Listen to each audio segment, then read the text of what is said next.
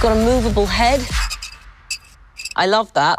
How do we follow up episode 69 with episode 70? Because that's the next in line.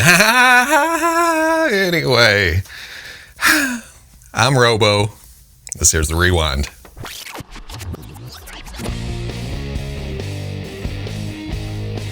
Let's get this ball rolling with the hot topic of the month, at least for me. You know the story by now. The Bandai S.H. Figuarts Revenge of the Sith General Grievous was shown a long time ago in a galaxy far, far away. Or, well, about 10 years back at an overseas show. And to an Arkansas boy like me, it's the same thing. Long ago and far away. After that, Grievous suffered the same fate as a lot of SHF Star Wars prototypes, just popping up in displays every now and then, but mostly sitting in a desk back at headquarters. Then, a month or so back, a glimmer of hope.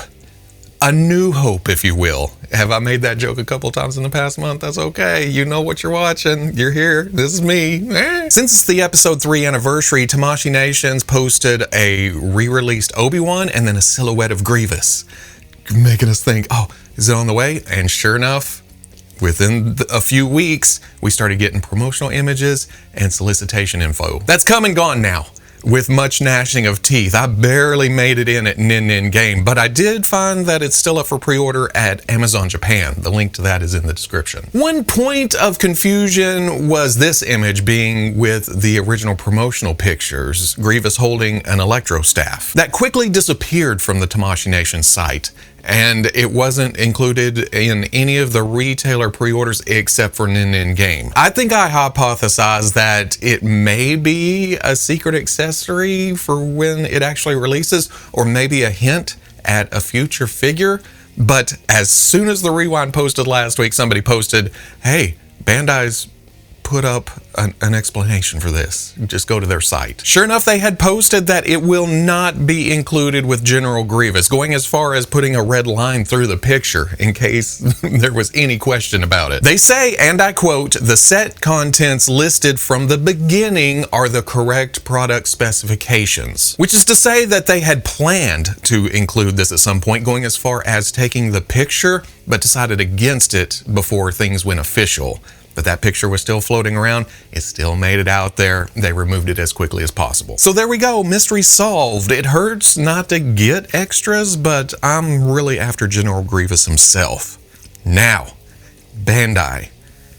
About the color of that cape and the logo on the back.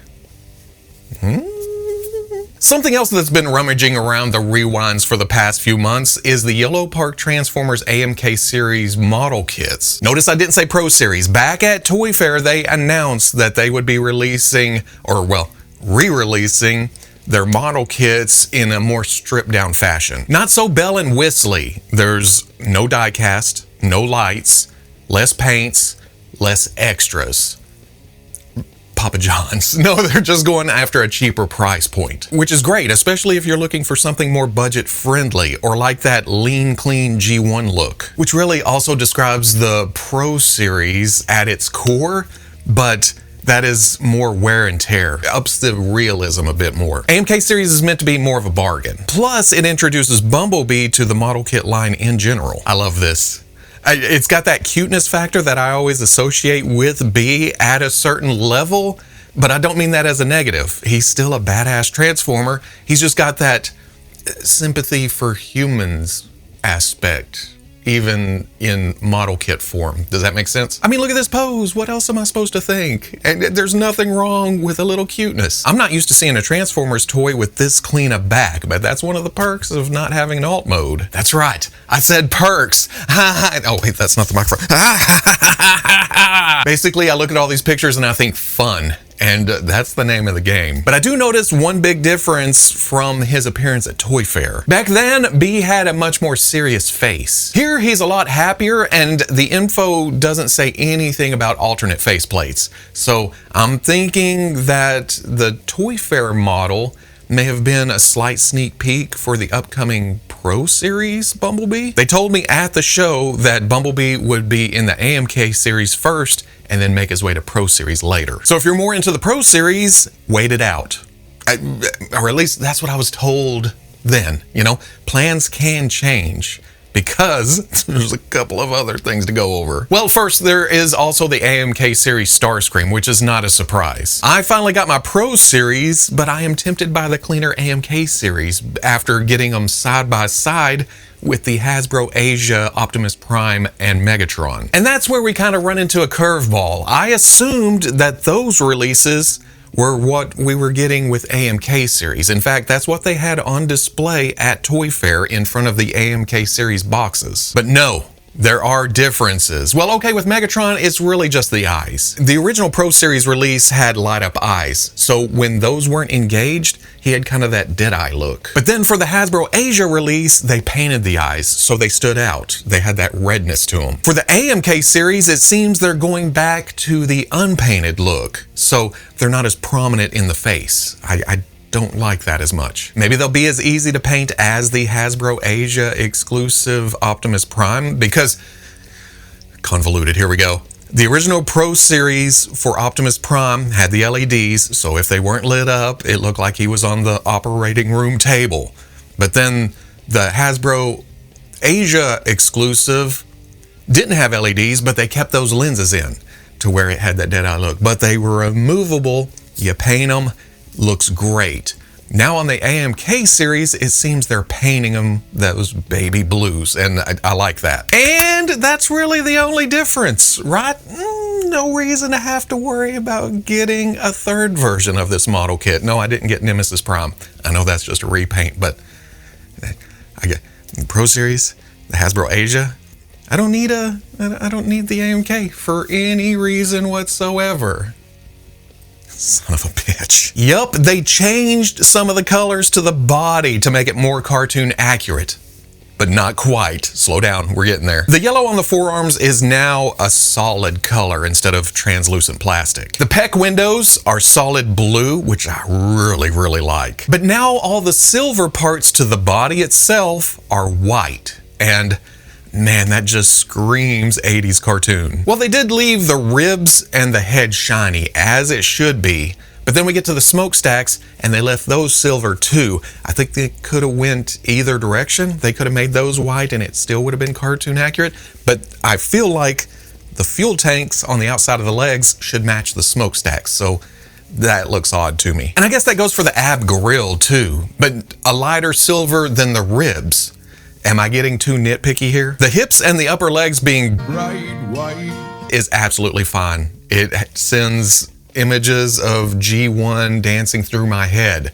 But the elbows and the inner shoulders being white is wrong. When those parts were silver on the previous kits, I keep looking up because it's right there. That did not bother me whatsoever for whatever reason. I don't know why it didn't just jump out at me. But now that they've made the legs white, white being in the arms is way more noticeable. Those should be red.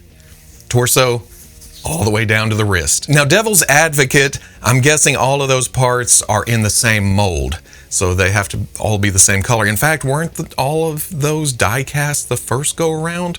So maybe that's playing a factor. They can't change the colors in half a mold or something.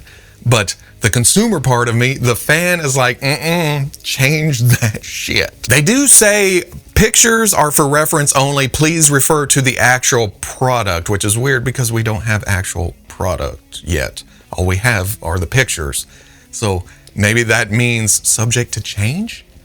Maybe that means we're going to tweak on these before they actually release, but they also say they will release in Q2 of 2025. That's not a lot of time. So I guess we're waiting and seeing. While we're talking non-Transformers Transformers, the best kind of Transformers, I'm just poking the bear, slow down. Oh. Threezero solicited their MDLX Red Alert this week. Now you remember the deal here. It's Transformers through the Threezero filter. It's a lot of 80s goodness with modernization slapped all over it. 2020 design elements with a G1 soul. I guess is the best way to put it. Fantastic sculpts, great paint, amazing articulation. I love these things, but I will admit that my eyes now wander to the Yolopark model kits, simply because they're more G1. But hey, options are good. There's choices out there for both sides of the "we want transformations, no we don't" sides of the fence. And Red Alert in MDLX just makes sense. They have side swap, put on a new head, new paint job, boom, new character. That's the beauty of Transformers at its core. You build up a library of base bodies, and then you just build upon those. They're already most of the way through the Seekers. It's time to bulk up the Autobot ranks. The description also mentions that they modified Sideswap's legs, but I don't see a lot of differences there. Am I missing something? What does reach out and grab me are the sparky head attachments. That's kind of a deep dive to an episode where Red Alert's logic chips are damaged and he teams up with Starscream. And it's just a back and forth type thing. Now in the episode, they were more just blue flashes. This is like little explosions, but like I said, modernization of classic designs. So that's very Threezero. Just a cool little addition that they did not have to add, but they did. And that's always appreciated. Not a lot to talk about on the McFarlane Toys DC Multiverse front this week, but that's okay. I'm sure Todd will be back to slinging plastic next week. We had already seen Jade and Cyborg Superman announced at a live stream a couple weeks back, or at a show, something. We already knew about these, but to be up front, these are already sold out. Let me finish. That is not your last chance. These are just hitting GameStop as kind of an early bird special. Don't get a discount. It's GameStop. I'm just saying they hit GameStop first. The blurb says, more stock hitting stores at select retailers end of May. Basically, don't panic just yet. Wait a month and then panic, because Jade is red platinum and Cyborg Superman is a Superman. But once you get closer to release times, it's usually a little easier to get. I don't know, we'll see, but give it a month. More than anything, I just wanted to look at this picture some more because it's cool. I like it. HIYA Toys has been on kind of a tear lately, announcing another super exquisite release to kick off their Rocky license. After a few Rambo releases, I figured they'd go the easy route and start with Balboa, but nope. They are going straight to Apollo, which, hey, that is fine and dandy. Carl Weathers deserves all the action figures. This is where I'd usually go, well, I haven't tried super exquisite yet. The clothes look nice, but too baggy for my taste. That's not a factor here. Trunks, gloves, boots, Apollo Creed, along with a ring robe and then an alternate smiling head with the hat. Maybe that's why they're throwing in more Dio extras with this release, with the ring posts and kind of a background going on. As someone who hasn't test driven anything HIYA Toys, I like that this is a look at the stripped down base body, and I'm liking what I'm seeing. Most of the super exquisites that come to mind are really covered up.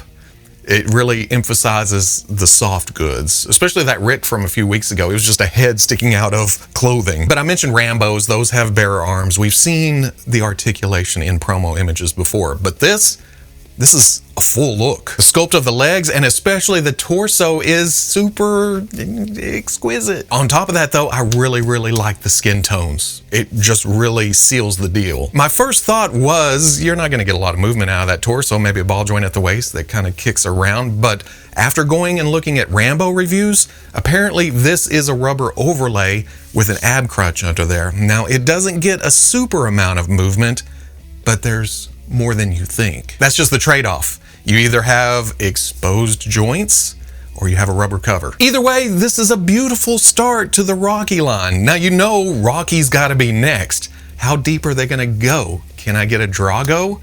Ooh, dare to dream of a Clubber Lang? Stop, brain, stop. Here we are. What is this, May? June, July, August, September, October, November. 6 months from Legions Con.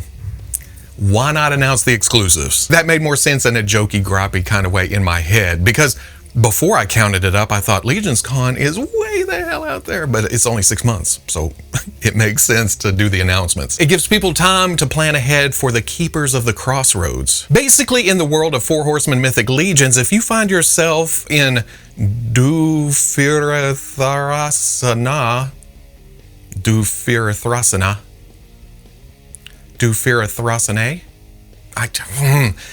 I watched the live stream and it's still...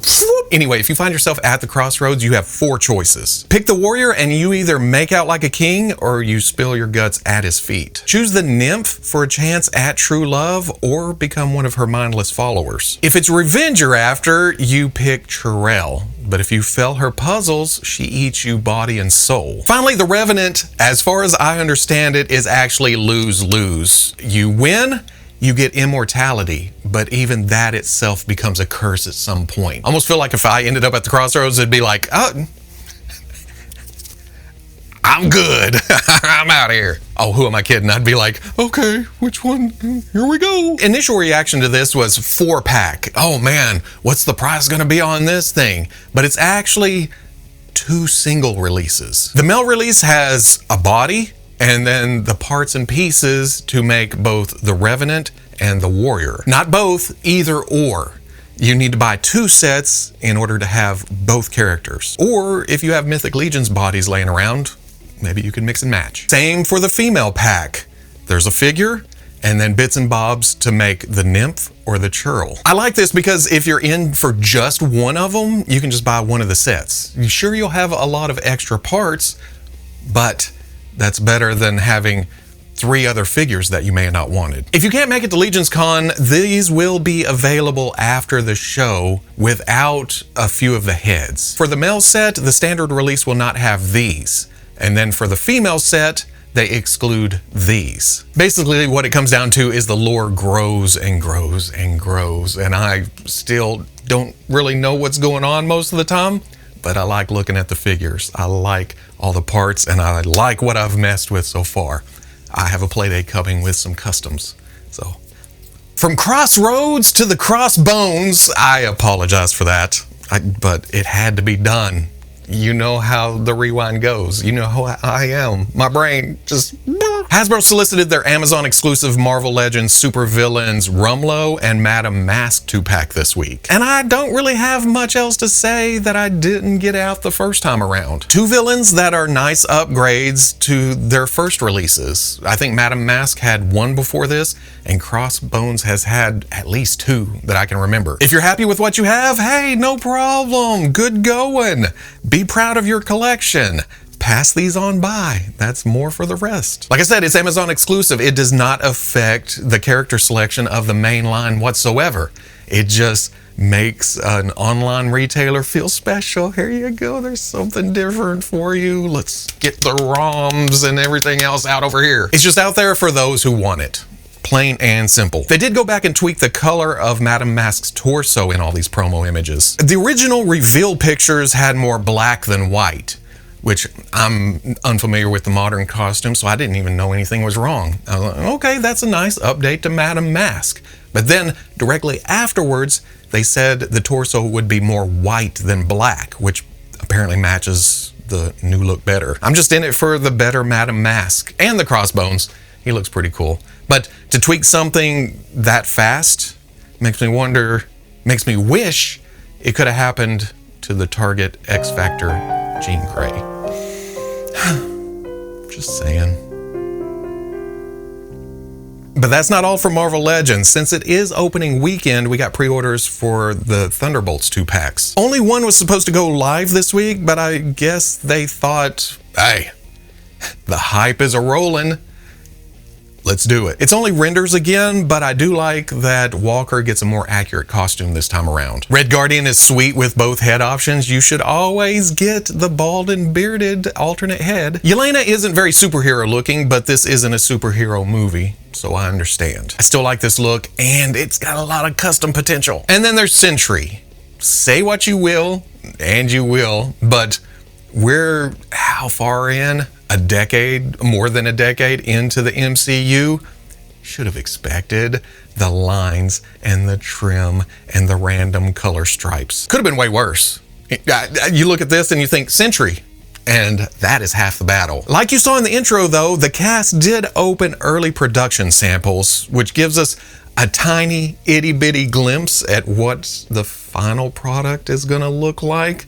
Like, Yelena's lighter gray. It looks a bit more worn. Harbor does comment on Red Guardian's build. He seems a little thinner than me too, which is flattering. Thank you.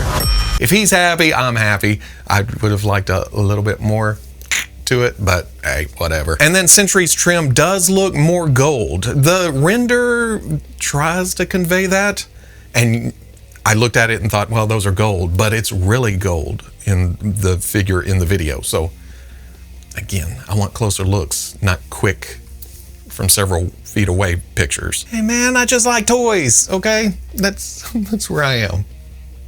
But then we're swinging back around to Star Wars because, like I always say, I love my bread and butter. And to make a butter sandwich, you gotta have bread at the start, some butter in the middle, and then another slice of bread. So we started with Star Wars, and then we're gonna finish it off with Star Wars. Unless you're making toast, then you start with bread and then slather on the butter at the end. That finishes it off.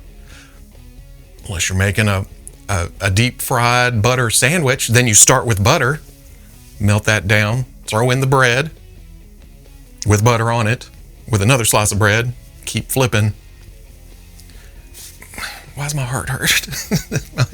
Ooh. Anyway, Hasbro's been on kind of a streak with Black Series lately. With the releases, man, Sebulba and Shakti and Luminara and Sauvage Opress, all winners. So by comparison, Krennic isn't too exciting, but I'm happy to get him. I know there was hesitation there, but he's an upgrade to the original Rogue One, and I didn't get the upgraded Rogue One.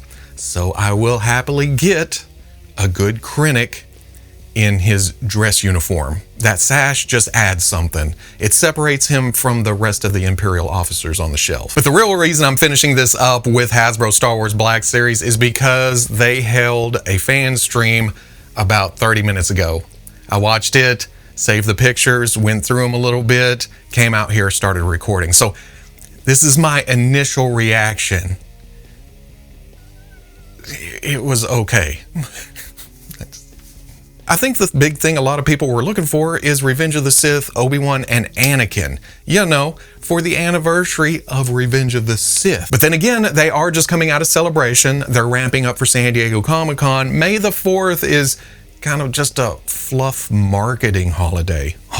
That's a strong term. Still, some big hitters would have made today feel more grand instead of just getting more troops for our troops. First, they showed the Shore Trooper / Death Trooper 2-pack. I think they had this on display at Celebration, and we've seen pictures here and there. This is the official reveal. It is cool that we're getting the specialist gear on the Death Trooper. Remove it, you can have more Army Builder Death Troopers. You have options there. But man, come on, how many times have we gotten the Shore Trooper grunt?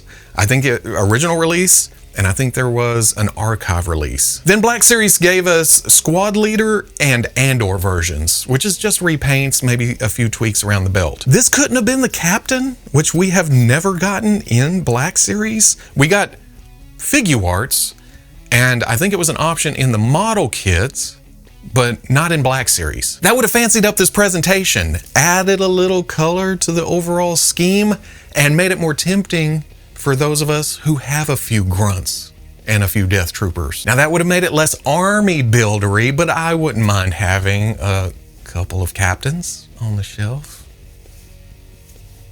That's just me though. Next was an updated Sand Trooper, which is great. That's a good get. In fact, I ordered the Target exclusive Jeddah Stormtrooper in order to dirty it up and shove into my Sand Troopers. This is even better because it does have the new parts, the proper parts to make it a Sand Trooper. And I don't have a lot more to say about that. Yeah, I know, that was quick and dirty, but that's Sand Troopers, right? Quick and dirty. I'm happy to get Clone Lieutenant Gale, though. Yes, I know, I've said several times in the past few months that I'm experiencing trooper burnout, but this is a new character. This is a named character. This is a lieutenant. This is, well, okay, more than anything, me and the son went and saw Revenge of the Sith at the theater last weekend, and coming out, I was like, boy, they sure wanted to make sure Aayla Secure is dead, huh? Die! Die, Jedi! Die! Die! Die! Die! I mean, I remember that from the original, but that was something that popped in both of our heads as we walked out. So, Anyway, speaking of Ayla Secura, she's getting a Nostalgia Tug packaging re-release at Walmart. This is good if you missed her the first time around, even though she's still available on Amazon for under retail price. But hey, card back. Swooshy saber. But much to my surprise, they ended the Black Series reveals with the Magna Guard in this same format. Well, not surprised at the reveal. I do believe that this was leak list or shown or seen, something. We knew they were repainting the white Clone Wars Magna Guard into a more Revenge of the Sith flavor. That totally works because I skipped on the white release, not because I dislike Clone Wars. I think I was more fed up with droid ankles in the Black Series around that time. I think I'd gotten a couple, and it was like, stand up. Stand. You better stand. Okay, you're leaning back against the wall. You're still falling over? What the hell? I like this repaint better, though. I like the colors, so this will be bought if I find it at Walmart. The surprise comes from them ending the stream with a character that is holding the Electro Staff. Not only do I get to talk about Star Wars at the first and the last of the Rewind, I get to bookend with Electro Staff and Electro Staff. I was watching the stream and thinking, no, that can't be it, because I'd already laid out, you know, the list of topics and bullet points and everything. I was like, no, they're not gonna. Look at me. A lot of these pre-orders will be going up on Sunday, the actual May the 4th, so be on the lookout for that. And that's it for this week, for the most part. That's what caught my eye. Yeah, it's a lot of Star Wars, but... Special thanks to the Patreon, the Nobods, and the channel members, the Nobodies. I did the Red Sonja review earlier in the week, and I forgot to mention the t-shirt I was wearing. Flock Around and Find Out was a suggestion from Fanboy Prime in the Patreon chat, and as soon as I saw it, I thought, oh, yep, I'll be making that t-shirt. I've put the link to that in the description if you're interested. If not, that's okay too. I'm just happy to have a shirt. I'll wear it to cons and go through the whole flocking thing, and people will be like, hey, touch this figure, and I'll be like, hell no, get away from me. Ooh. I've also talked about computer problems in the Patreon, and I finally went ahead, bit the bullet, and ordered a new computer this week, which it should be showing up today. If you're in the Patreon or a channel member, I'll be getting stuff up a little earlier the day before, because the processing will hopefully be faster. It's got to be faster than what I've been dealing with the past few months. Old Betsy can't take it anymore, especially since I'm doing reviews in 4K. And then the Rewind takes a lot of, with the background removal and the pictures and the layers and everything. So I know, big problems, but to me it's like, yay. Finally, I posted it on socials, but I did get my press pass for ICCC, which is a Star Wars show in Nashville in a few weeks. And I'm excited. It's been a while since I've been to a Star Wars show. I'm sure there'll be more things, but hey, if you're in the area, come by, say hi, we'll have fun. There's that word. I know, I always end with gotta have some fun, but it's true. We all gotta have a little fun every now and then, you know? So remember to do that over the weekend and next week. If you're only here for the rewinds, I still love you. We'll see you then, and then the next week, and the next week, and the next week talking about toys. Bye.